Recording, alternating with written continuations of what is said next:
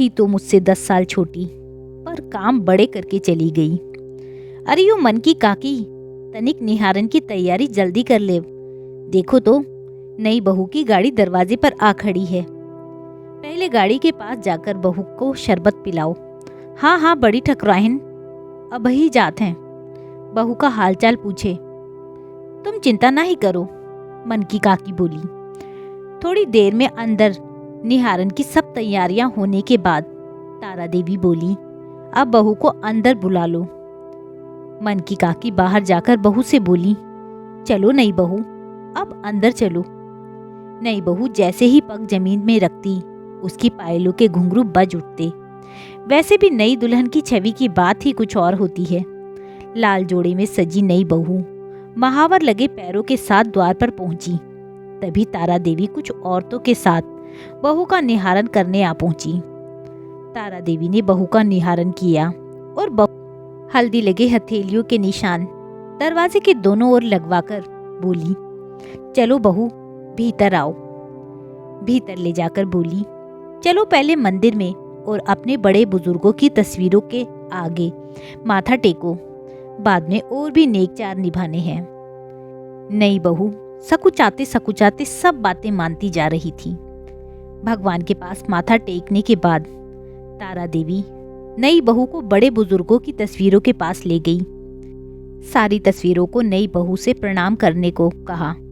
फिर ठाकुर साहब की तस्वीर के सामने आकर तारा देवी बोली, नई बहू, ये है तुम्हारे मरहूम ससुर ठाकुर मान सिंह, इन्हें प्रणाम करो।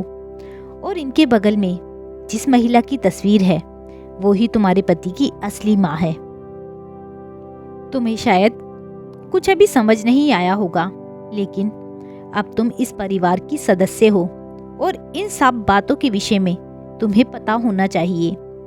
तुम्हारी सास, जिसकी ये तस्वीर, उसका नाम सिंदूरी था, वो एक किसान की बेटी थी। जब उसकी शादी हुई थी तब ये अल्लड़ सी लड़की थी। तब ये सिर्फ 15 साल की थी और ठाकुर साहब 25 साल के। ये ठाकुर साहब के से कम 10 साल छोटी थी और तब मैं 20 साल की थी। ठाकुर साहब से 5 साल छोटी। हुआ यूं कि मेरी शादी 15 साल की उम्र में हो गई थी। 5 साल तक मेरी कोई औलाद नहीं हुई। डॉक्टरों से बहुत इलाज करवाने के बाद पता चला कि मैं तो कभी माँ बन ही नहीं सकती। इस खबर से ठाकुर साहब बहुत ही निराश हो उठे, लेकिन इस बात को लेकर उन्होंने कभी भी मुझे कोई ताना नहीं मारा, लेकिन अंदर ही अंदर कुढ़ते रहते थे।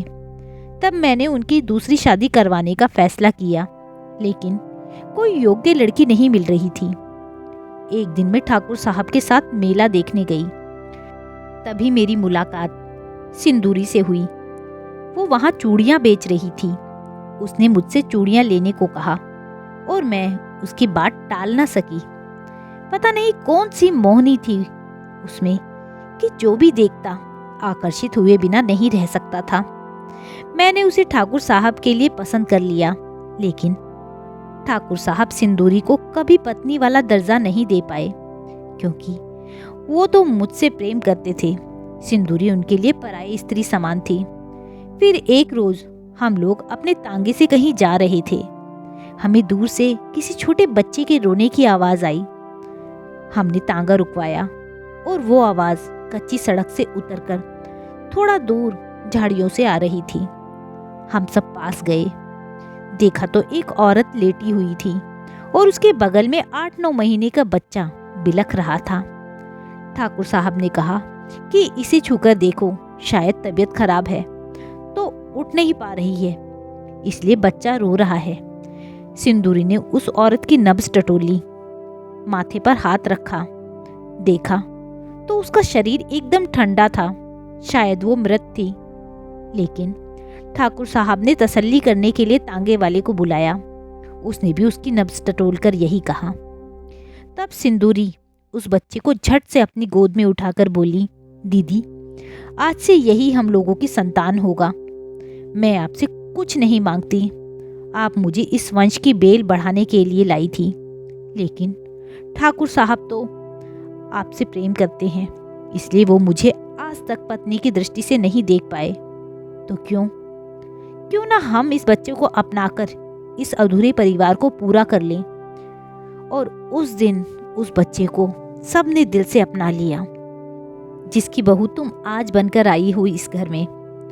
वो थी तो ठाकुर साहब से 10 साल छोटी, लेकिन काम सयानों वाला करके चली गई। तारा देवी के इतना कहने के बाद उनकी आंखें छलक पड़ी।